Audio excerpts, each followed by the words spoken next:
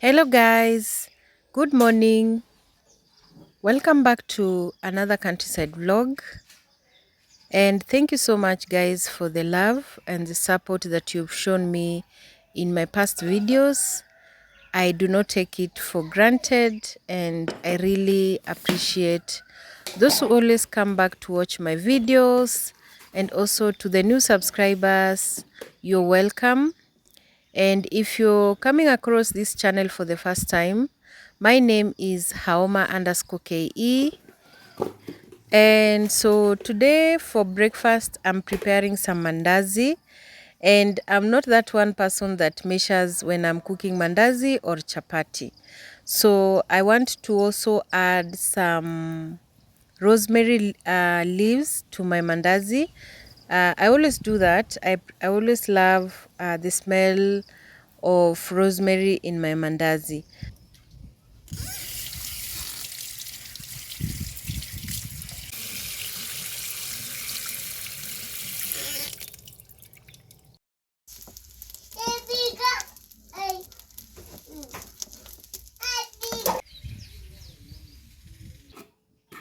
So I'm just going to add some sugar in my mandazi.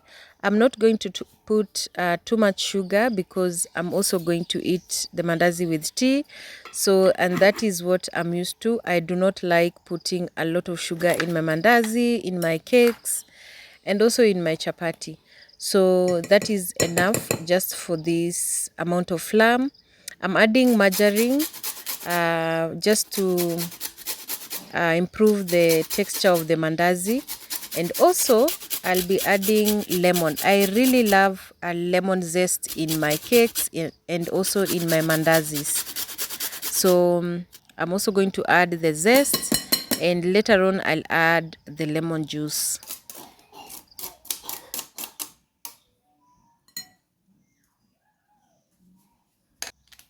So for baking powder, I've used 2 tablespoons of baking powder. I always use the eyes to measure. So I just measure what I feel like it's enough, and that is it. And it works for me. So I'll just add on the cut rosemary leaves, and then I'll start now kneading the dough.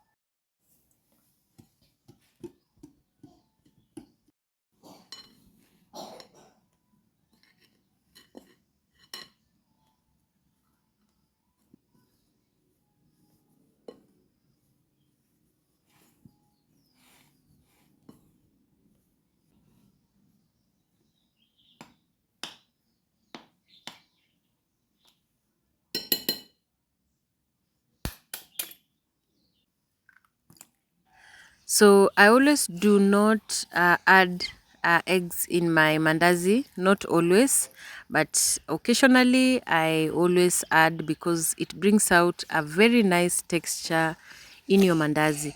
So I've added warm milk, not cold. So I prefer putting warm milk because it makes the dough softer, and also the turnout of the mandazi will also be soft.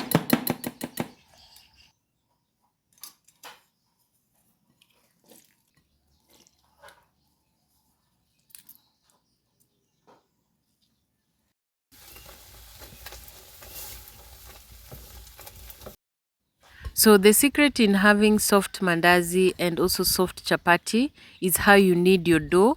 So make sure you use warm water or warm milk when you're making your chapati or mandazi, and also make sure you knead your dough properly. So the more you knead your dough, the softer the dough will be. So you're supposed to knead it until it becomes soft and also it doesn't stick to your hands. So I forgot to add cooking oil at the beginning of the process, but It's okay when you add also right now, because you're going to leave it to rest, so the oil will also infuse inside your dough.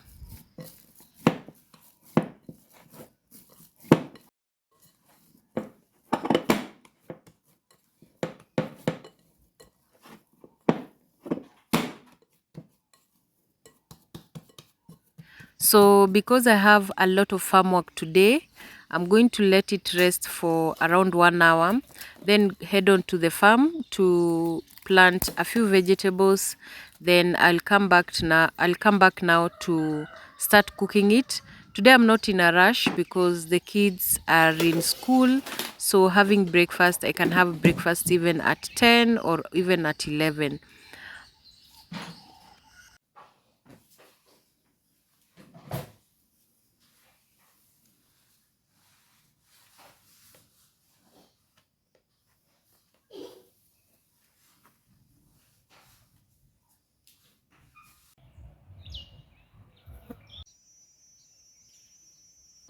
So I had to change to a more comfortable outfit for the farm, because going to the farm with a dress is the most uncomfortable thing to do. So today I'm planting some carrots, some more carrots. I always try as much as possible to have vegetables all year round. So the moment I realize one vegetable is almost over, I tend to plant another one, or you can plant them in phases of 2 weeks. So after you planted this vegetable this week, after it has already sprout, you wait for around 2 weeks, then you plant the same vegetable. Doing that, you will have a constant supply of vegetables in your farm. So before I start planting the carrots, I'm just going to harvest the cowpeas leaves. So today I'm uprooting them completely because they have already overstayed here, and I always do not leave them to produce seeds. So the last batch of the cowpeas that I'm going to plant in around end of November, that's the one that I'm going to use them as my seeds. I'm going to save them so that I can have seeds for the next season. So I'm just going to uproot everything, and then I'll head on now to harvest some carrots and then start planting. So I'm going to mix the cowpeas with the jute leaves. Jute leaves is what we call here mrenda, or some other communities call murere. So because they are overcrowded, I'm going to uproot some, and then I'm going to just the tip of the harvest the tip of the jute leaves, and then they'll sprout again. So that's how you maintain your jute leaves. So I prefer mixing jute leaves with either the slender leaf or the cowpeas. And especially if I have harvested the very old cowpeas leaves, I prefer mixing it with the jute leaves. So as you can see, I'm also cutting the tip of the jute leaves, and this will make them sprout again because they had started flowering, and if they start flowering right now, they'll get old faster. So when I tip now, I cut the tips of the leaves, they are going to sprout and become more healthy.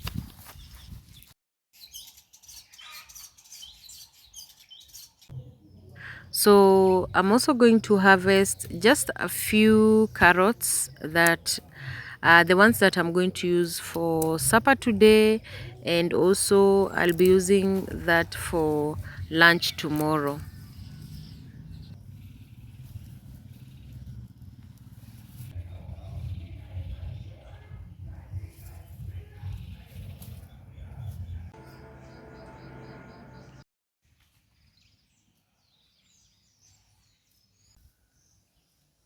So my farm manager just dug for me that area that I had planted, that I have uprooted the cowpeas leaves. So I just want to dig very shallow trenches, then plant the carrots.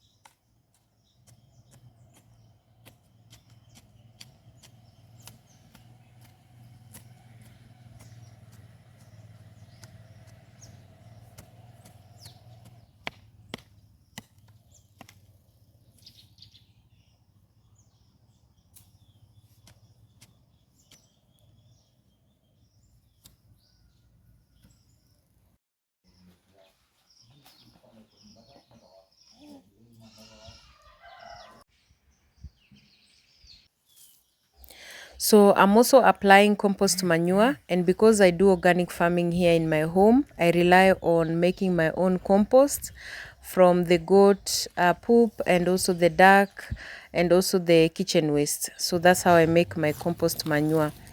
And I prefer planting my own vegetables, and most of the vegetables that I plant here are the indigenous ones because of their nutrients, and also they do really well in our soil. And carrot is one of them that is not an indigenous vegetables, but I prefer planting it because it saves a lot of money. I save a lot of money, especially when I combine carrot with a few tomatoes, and you have a very great meal.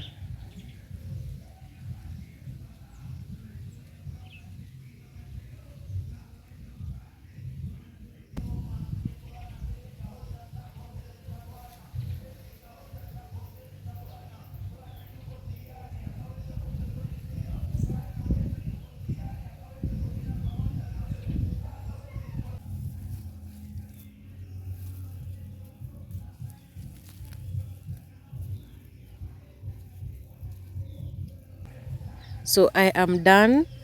So I'm just going to head on to the house to cook now our mandazi. I know it is ready now. In the morning, I only took warm water and that was it. So I'm super hungry. So let me go and prepare the mandazi, then take breakfast.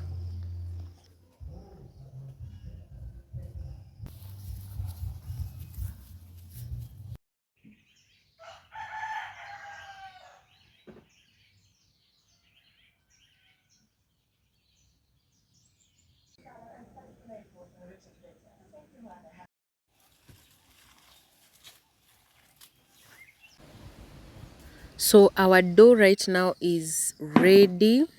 As you can see, it's super soft. So I'm just going to divide it into two sections so that it will be easier for me to roll it out, then cut into pieces.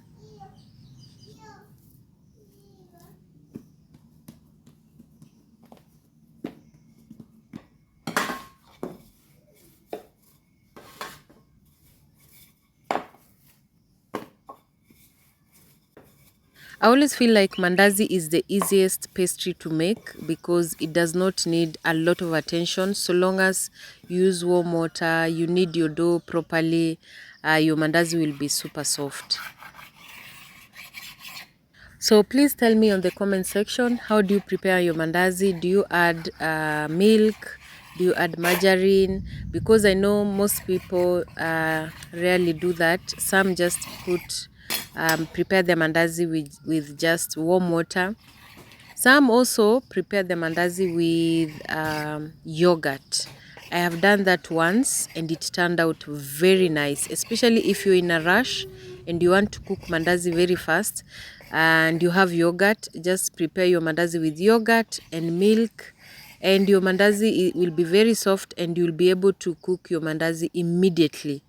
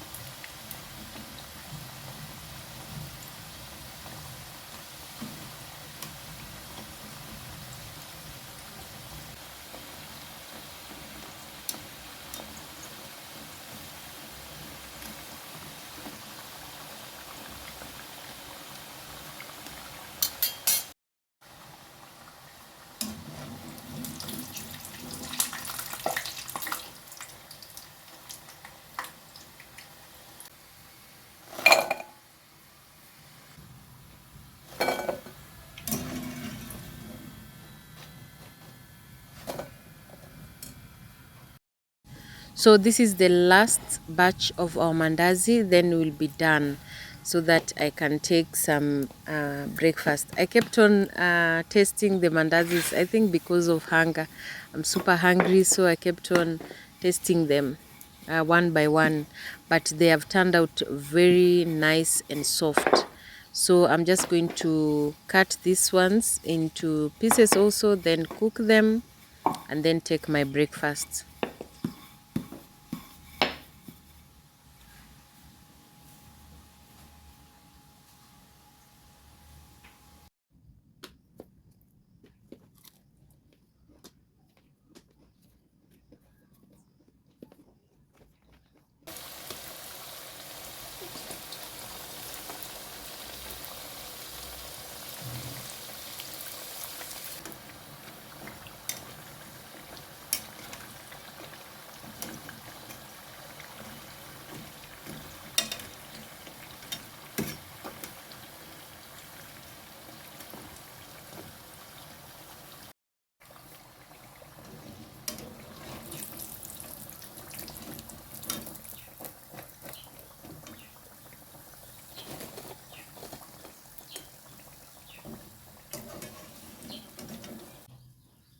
So I am done cooking the mandazi. They have turned out very nice and very soft.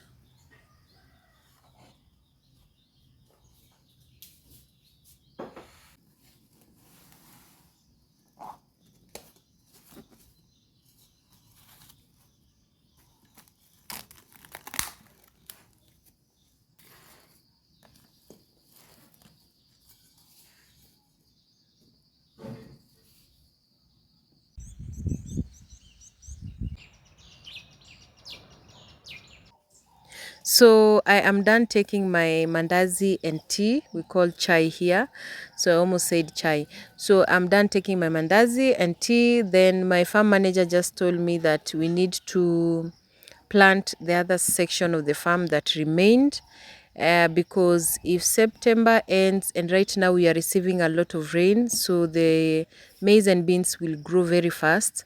So if September ends, if you plant, the crops will, you will not harvest a lot of produce, or even just a little bit. So we always plant between July to September. If September ends, it means your crops will only have October and November for rain. But if you plant September, your crops will have rain from September, October, and November. So today we are planting maize and beans on this section of the farm. I wanted to plant also the groundnuts, but I have been told that it is too late for groundnuts right now. So I'll just stick on planting just maize and beans.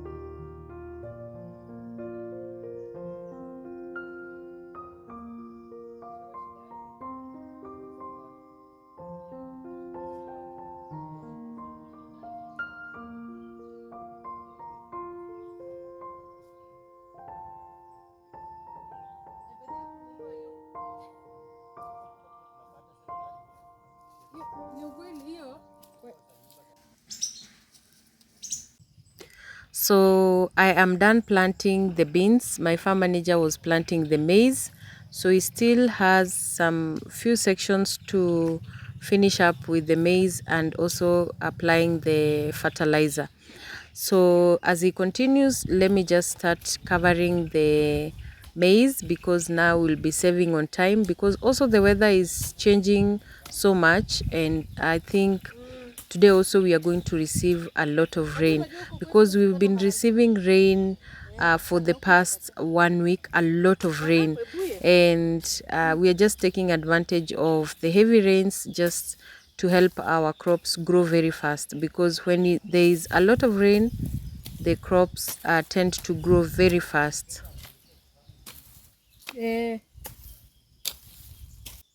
So if you haven't liked this video, please do not forget to like the video.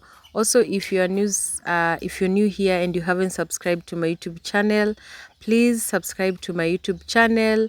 And also, you can also comment down below where you're watching this video from, and if you have different planting seasons in your country or also in your area, because I know also here in Kenya there are so many areas that do not have 2 planting seasons or even 3. So in where I come from, Bungoma, we are very lucky that our soil is able to accommodate several planting seasons, and that is why we always take advantage of that, and that's why we always see me planting different planting seasons.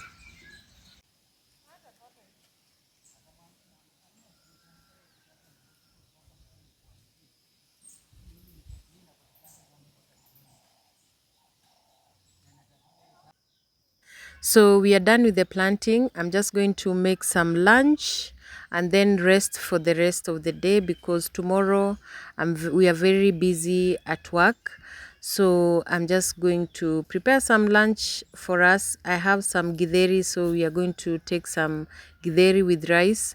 So if you have watched this video till the end, thank you so much. You're super amazing. And thank you always for the support. I do not take anything for granted. So be blessed. Always come back to watch my videos and will never be bored.